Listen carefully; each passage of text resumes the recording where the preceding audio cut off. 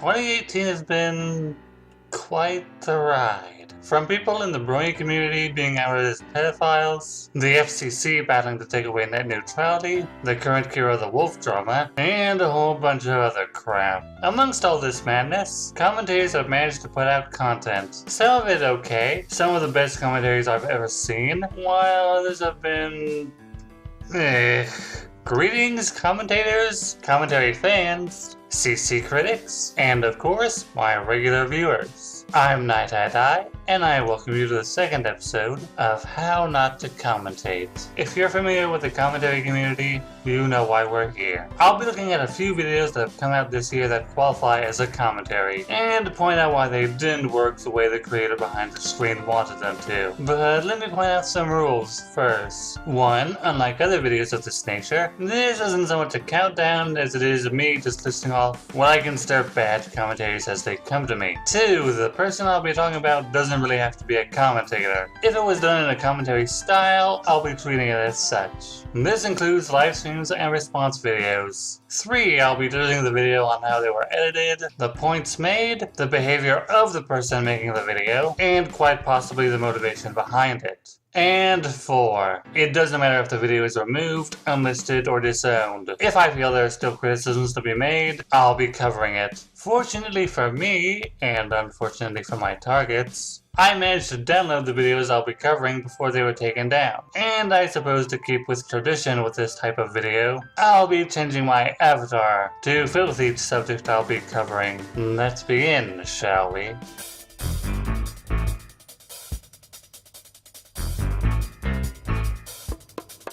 For the first of the worst, we have Clown Dude's commentary on Kung E. Muller. For those of you not in the know, Kung E. Muller has been the thorn in me at commentator's side for a good portion of this year. Kung fancies himself a talk show host, and has been doing several videos on several commentators, but really his criticisms were just him pulling stuff out of his ass. Some people ignored this fan, while others like SketchTV and Joe Smith made videos on him. It got to the point where Kung treated being a bandwagon was him being bullied. While I can say that that wasn't the intent of a lot of the people who covered him, I can't say that for Clown Dude. Okay, no, Kung. Get your head out of your fucking world star hip-hop, attention whore, jump cutting, kushad for 1 motherfucking second! He's not giving you criticism to make fun of you. He's giving you criticism to help you improve your extremely shitty content that's not worth a fucking nickel. But clearly, you're so up your own fucking kushad that you think he's trying to fucking make fun of you. The point of criticism, especially constructive criticism, which is the thing that Joan is giving you, is to help you better yourself and improve your content. Especially since your content badly fucking needs it. I know emotional outbursts can be played for humor, or happen when someone has reached their breaking point. But this felt... I don't even know how this felt. If it was scripted, it comes off as intentionally hostile, and if it wasn't, well, it's a shame that Clown let his temper get the better of him. Other issues are Clown's rather poor audio quality. Okay, so here's some context. This is Kung E. Muller. He makes talk show style stuff.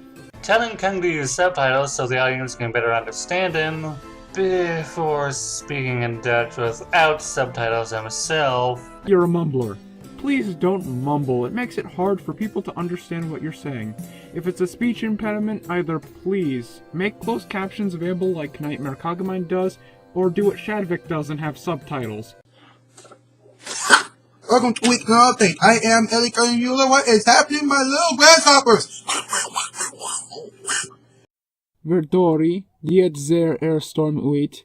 Het is al voorheen parody op een slecht ninja-film bezeik. And overall just coming off as rather unpleasant. I know Clown Dude has deleted his channel, but on the off chance that he comes back, these are things I would suggest you work on.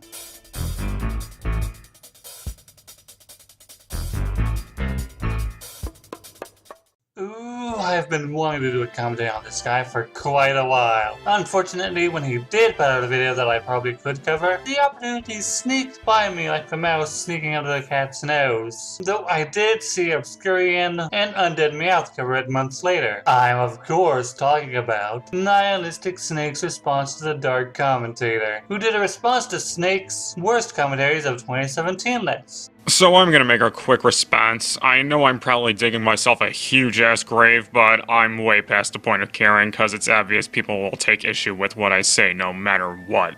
Snake, even if you didn't care what other people in the CC think of you, we both know you would have covered this. And you apparently still stand behind your video, since I don't see disowned anywhere in the title. So, for those of you not in the know, Nihilistic Snake fancies himself a political commentator, although he has a reputation of rarely doing such videos well. In 2017, Snake and his group, the Syndicate of Outcasted Commentators, did a commentary on the collab between commentators 6760 and Mr. Flippy Invader, who covered a video talking about All Lives Matter. Snake considered that collab the worst commentary of 2017, and Kainu here argued with Snake's points on it. Now, Snake responding probably wouldn't be so bad if it weren't for the fact that Snake let his political biases get in the way. An example of this would be Snake attacking Kainu for being an anti-feminist. After all, in your own words, you happen to be a conservative anti-feminist, so you must be sexist given that these guys right here happen to say some fucked up shit! And assuming that Kainu was going to play the sexist card. Overall, it just comes off as Snake trying to shut out criticism aimed towards him and the SOCCOM. Speaking of shutting out criticism...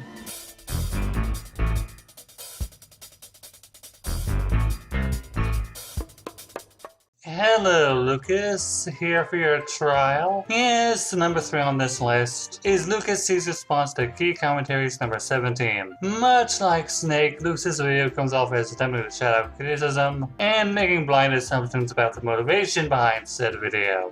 Final thoughts? Keelan, I'm disappointed. If this is the reason why you're regarded as a good commentator, then your content definitely isn't for me, because you misrepresented me and you made claims about... Alright, the editing. Not only does the video call before Lucas can finish his final thoughts, it's clear that Lucas here wasn't paying attention at all during the editing process. Otherwise, he wouldn't have left crap that contradicts his counter-arguments in the video. Okay, look, I've already had to smack 2 bitches with the dictionary before. Don't make me go for round 3! Since what Turkey said wasn't a contradiction, since a contradiction would mean that she made 2 statements that go against one another. Something that Turkey didn't do. As she said that the lack of details would be fine if Volby2's art was going for a chibi art style, when it's actually going for a mixed art style between chibi and anime, with anime art being greatly known for having incredible detail. So TLDR, actually pay attention to what your target is saying next time before barging in like a discount pentagram. Okay, thanks, bye! She said that it was chibi. Their art style is very similar to a lot of different anime styles. I think they're going for more of a chibi look in their art. Seriously, did you even listen to me? What in your mind thought letting that in was a good idea? Oh, there's also the fact that, to start off the video, Lucas treats Keyblade as if he's beneath him. Okay, Keyblade, what the heck? How do you screw up making 2 commentaries on someone as dumb as I am? And no, that's not a self-deprecation joke. But then treating other people like shit isn't anything new for Lucas. Lucas later admitted in another video that he knew his response to Keyblade was bad, but he just didn't care. My advice would be to drop this attitude and actually pay attention when scripting and editing your videos. Or you could just be regarded as a troll or the next Joshua Culvey House. Whichever sentence sits better with you.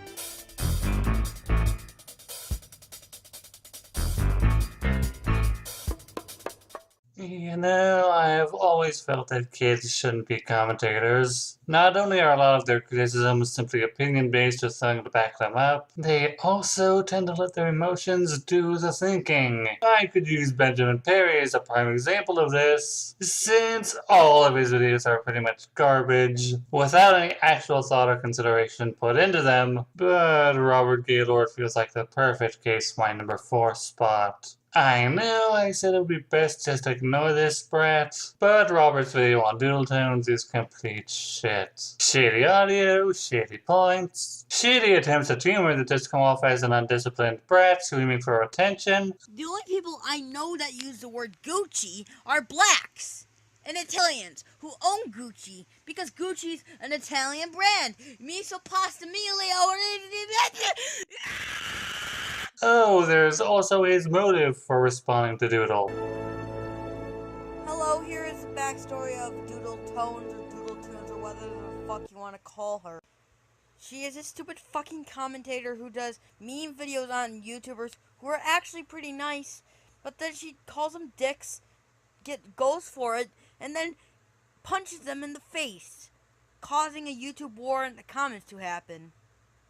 But I'm actually here to actually fight her just so I can win and she can lose.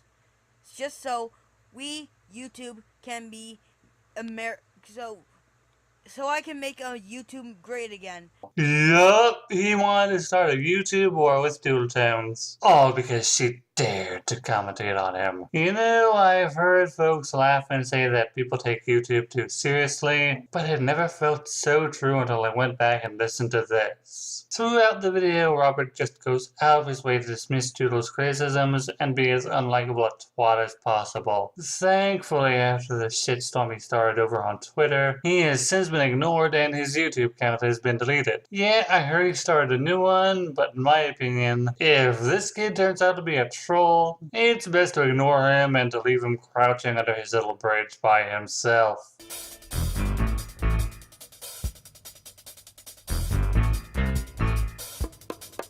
So, way back before I even knew what the commentary community was, I watched folks in the skeptic/anti-SJW community. Folks like The Amazing Atheist, Armored Skeptic, and Undoomed. I even watched the guy we have at the number 5 spot. Much like 2 through 4, No Bullshit's response to No Fuckers just felt like salt. He starts by taking a huge shit on the commentary community in general. They were responding to a video from the commentary community, which is basically just a bunch of whiny beta cucks who are barely 20 years old. They have no educations or experiences or lives, so they mostly talk about boring YouTube drama day and night, and they also love goofing on Instagram comedians. How original. Despite Brooks advertising his channel as a commentary channel, tried to play the guilt by association card simply because No Fuckers played a clip of his debate with Destiny. So we can see No Fuckers can't attack my videos honestly. In fact, he hasn't even attacked my video at all yet. All he's done is cherry picked a clip from another channel, Destiny's channel by the way. Destiny being the biggest beta cuck man-child on the internet. And Destiny of course has been kicked off of Twitter and Twitch repeatedly for his misconduct. He defends incest and has pedophile fans. Destiny even got caught sharing underage pics of young girls. And now we got No Fuckers here quoting his stream and siding with him? Wow. Just wow.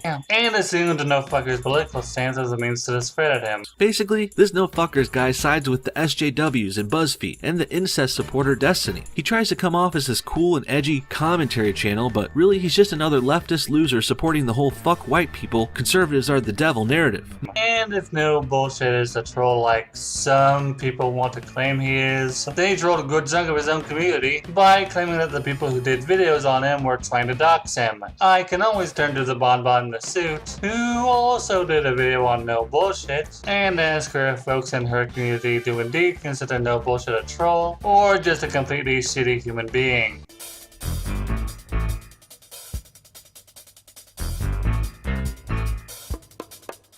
Why do I have to explain this to you? You talk in circles, you prove yourself wrong, and I still feel like I have to explain things to you. God, I feel like I'm watching a video made by a second grader who has like a dad who's really into video design. Like, this is the most unconstructive video I've ever watched. I came across Undead Meowth months ago, but didn't think too much of him until his response video to Manga Common, who did a commentary on Cryzon and Sakura Turtles, who did videos on the animator Wolfie 2. While there are issues with the first half of Meowth's video, like leaving in crap that can easily be cut out. You did a full stop on his video just to say that you're gonna rip apart his opinion. But the thing is I'm pretty sure we all knew you were going to rip apart his opinion. And I don't know why you sound confused that it's his opinion, because I don't know, it's not like we can give the utmost absolute oh fuck, a fly through in my fucking throat! Meow seems to completely misunderstand everything Common is saying, writing off his criticisms or sprigging out over Common using semantics. There's also the fact that throughout the video, Meow says stuff like this. Straight up, I hope you get cancer. Ooh, the edge. Before he took his video down, Meowth said in the comments that he was attempting dark humor. Too bad it didn't come across that way. Now you're free to decide Common's style of commentary, but this gives off the impression that, like Silent Cock and Awesome Face Prod, Meowth simply wanted to shit on Common to be a spiteful douchebag.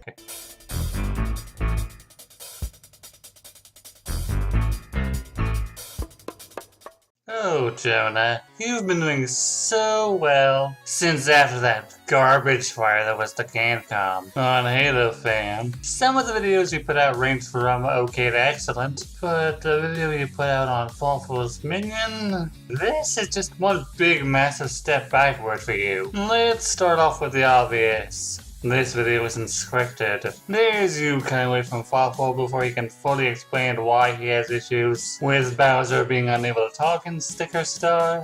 Like, I could play devil's advocate for Bowser not speaking, considering he was under the power of a magical artifact, overwhelmed with power, so much so that he isn't able to talk, and that his really only complaint is, oh, it's bad because he's Bowser and he's iconic, etc., etc. Someone, anyone, care to explain to me why Bowser, one of the consistently best characters in the Mario RPGs, doesn't fucking talk? Calling him pretentious, ignoring the fact that he was speaking on behalf of all Mario fans who didn't like the game. But I want to primarily focus on the ending part of the video, because a part of that ticks me off royally.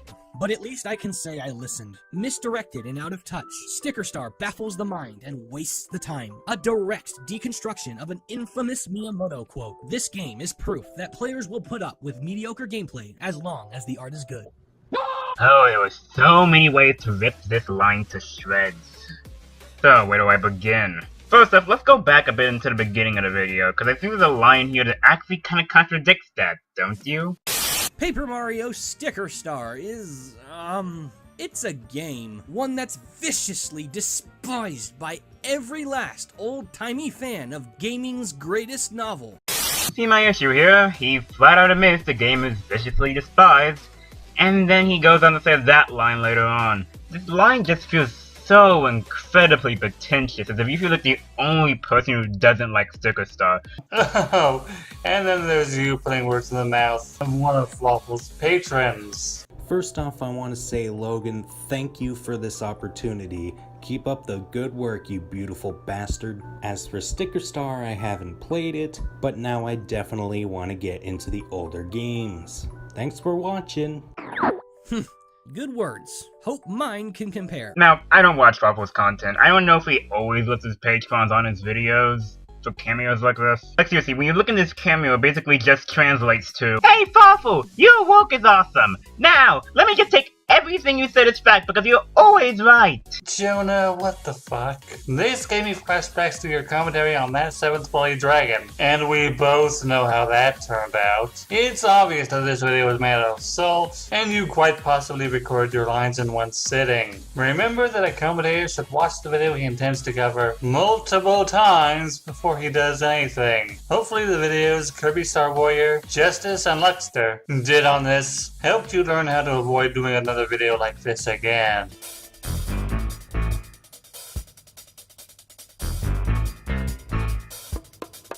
Amongst the many dramas that happened in 2018, the whole issue with Spectre Theory was the one that blew up faster, spread wider, and lasted longer than it should have. In case you're unfamiliar with what I'm talking about, at the tail end of April, former DeviantArt ranter Spectre Theory was accused of being a sexual predator by Pentagram, Stories, Atari, and so many others, who had the listen and believe mentality. Though I guess I shouldn't be surprised. April seemed to be the month for making those kind of claims, and it proved to me that DA ranters are just as emotionally driven as bronies. It all turned out to be a pack of of lies, however, exposed by PK Russell and everyone's favorite Octomama, Ponder Sprocket, who gave Penta cunt and fake news a tag team bitch slap with their videos. Although not everyone agreed with what Ponder had done. My number 8 is the live stream response FNGR did on Ponder. Absolutely the worst.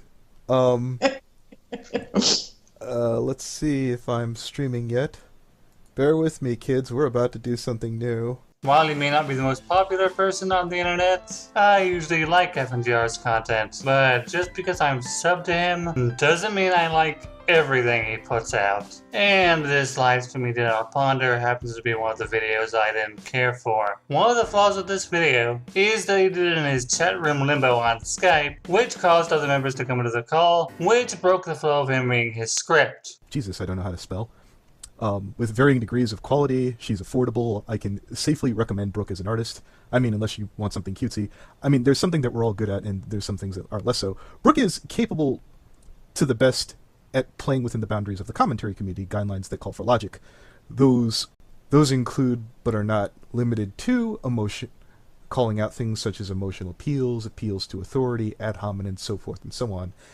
And the overall concept that the CC, that being the... Yo, I heard we got catfished. Yeah, I don't know what you're talking about, Brooke. Pastel. I'm trying to focus right now. I'm doing a live thing. Mute it. But the real thing that killed his video on arrival? Him admitting he didn't watch Ponder's video to its entirety. From a strictly fundamental standpoint that's consistent with videos of this type, Brooke's video is fine. It dots all the I's, it crosses all the T's from what I've seen. I have not watched the whole video. As you can imagine, this resulted in the back and forth between Ponder and FNGR on Twitter, and FNGR has since said he doesn't feel like pursuing the issue, so that's good I guess, since the whole thing felt like it might have added more fuel to the fire. Speaking of the Spectre drama...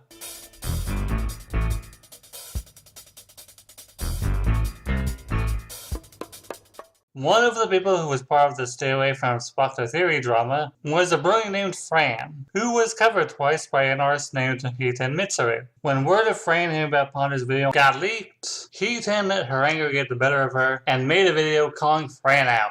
Despite the comment I left on that video, it wasn't fair that Fran got dogpiled on her video, I'm changing my content. Dual Tones and 8363NPR did a response to Heaton, but later disowned their videos. Doodle admitting she was only half paying attention when Heaton was making it, and I can assume that someone told NPR that Heaton actually called Fran a slut. And then, just when we all thought that the flames were dying down, the next Quizman did a video on Heaton. I'm not gonna lie, the minute Quiz dropped his video, I thought it was a bad idea that would result in a big, fiery explosion. And I was right. YouTube Dude and Gregor Ablon have already covered the video in full, but here's why I feel Quiz's video was bad. It basically feels like another 7th Play Dragon situation. You can argue with me on that if you want, but it feels too similar to the trap Digital Tie and Juno Smith fell in last year. You may ask why I feel this is Quiz trying to take the moral high ground, and it's mainly due to how he bookends the video. My fellow commentators, I apologize for disrupting any business or interfering with any prior engagements you may have had this evening. It's unfortunate that the affair that gathers us together tonight is a troubling one. We are here because the common decency that binds our community, the civility which is the fabric of our discourse and socialization, has been broken. As a veteran commentator, I understand how scenarios can grant or deny breaches of interpersonal privacy. Many interactions occur between people in our sprawling social circles, and many of which demand permission of some sort to be publicly exposed. However, the accused that will be featured tonight was not refused permission. Indeed, that necessary permission was never sought at all. The video script of mine was written shortly after a second offense was performed by the accused. It pains me to announce the sentence as, up to recently I considered the accused a friend and upstanding commentator. But as some of you may presume, the penalty for this transgression is being told off. Know that I am no more adjudicator than I am a servant to the well-being of us all. Let tonight's video serve as a reminder to our community that we must adhere to the formalities and respects that stabilize our disputes. And that's it, Heaton. Because of how you've presented yourself as a commentator, and even as a person, our future cooperation is through. I don't know where this will leave our recent co-op. You could delete it as you please, or leave it as a timepiece for better days. Either way, it's in your hands, and I really don't care anymore. Now, far be it from me to say that you can't call out someone for dumb shit they did, and that's basically the whole point of this show. But Quiz, you really dropped the ball when you tried to make this whole thing about morality. I'm not sure where you've been, but the commentary community can be a toxic, chaotic place. Dramas that can last anywhere from a week to a year spring up all the time. Hell, last year should be a good example of that. There's also the fact that a few commentators will call their target retard or faggot as a potshot around frustration. And then we have this. It's almost like when people make accusations about you, it's sort of hard to run from, isn't it? Well, allow us to test that principle with a detective work I've pulled. Let's see if you can act well on principle then. Final thoughts time. Heaton, you have greatly disappointed me with your behavior here. I was your friend, and what do you start acting like 2.5 weeks after we featured in our co-op? A downright dubious, double-dealing, drama-prone, diatribe-fueled despot waiting to get dunked. Or better yet, a confrontational, confidentiality-breaching, conundrum-like corn on the foot of the commentary community. And I haven't even dropped the big surprise. Remember when I said she had a second offense of breaching confidentiality before I started scripting? Did you assume I meant Junkie was the second and Fran was the first offense? No, I lumped that whole video as a first offense. I was talking about this.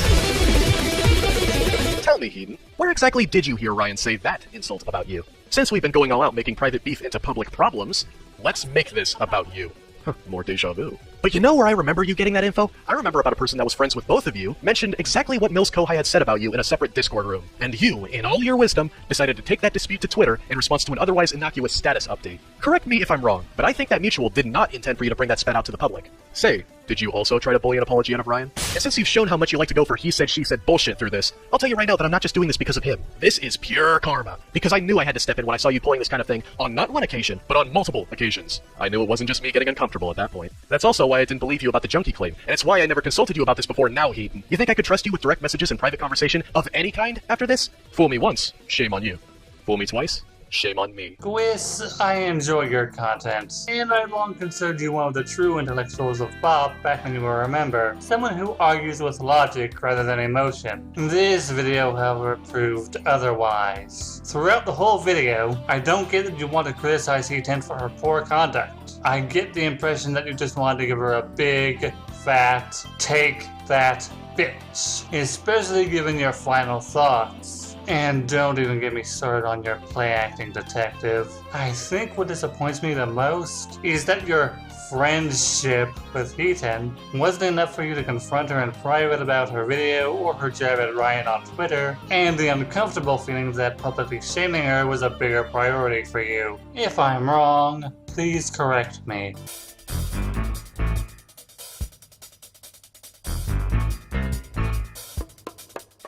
Good job, Joe. Given how passionate you were in that last segment, this might feel underwhelming. But fuck it, y'all saw this was coming. Number 10 is Marcus Yamamoto's second response to As of 101. Oh my god, I have no clue where to start with what's wrong with this video. For starters, this is the 5th link in a 4-link chain. A 4-link chain that didn't have to exist. But according to Marky Moo, Azov's response to him was an attack, and he had to defend himself. Now, no, this being a chain wouldn't be so bad in itself, but Marcus pads out the video with clips that add nothing to the video.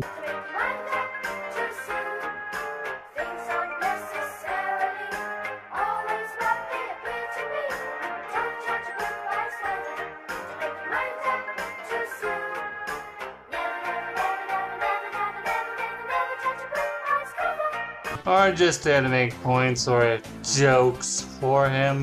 Yokai are real. They are just as real as us humans. They are real even in today. You know what, Gaijin, could you explain this? The design of the yokai are both charming and accurate. No, frick you, and frick your media clip. You take that back about Gaijin! Or he just derails the conversation completely to ramble on about Fire Emblem or Mega Man or whatever. Then we have his rather condescending attitude towards Azelf in a few of his segments, as if he knows better than Ozzy, which from what I've seen in his response videos is a trend with this guy. Oh, and I'm worried he says he redeemed himself in the description of that video. Marcus, I have a better time believing that Frieza is redeemed more than you. And there we have it. 10 of the worst commentaries I've seen over the course of 2018. I advise you not to repeat the behavior I've shown showcased here. While I don't think some of these people are inherently bad, I also know that they can do better. If you have an issue with anything I've said here, you're free to contact me on Discord, DM me on Twitter, or leave comments below. This is Night saying thanks for letting me share my thoughts. Please share yours with me, and let's all hope that 2019 will be a better year for all of us.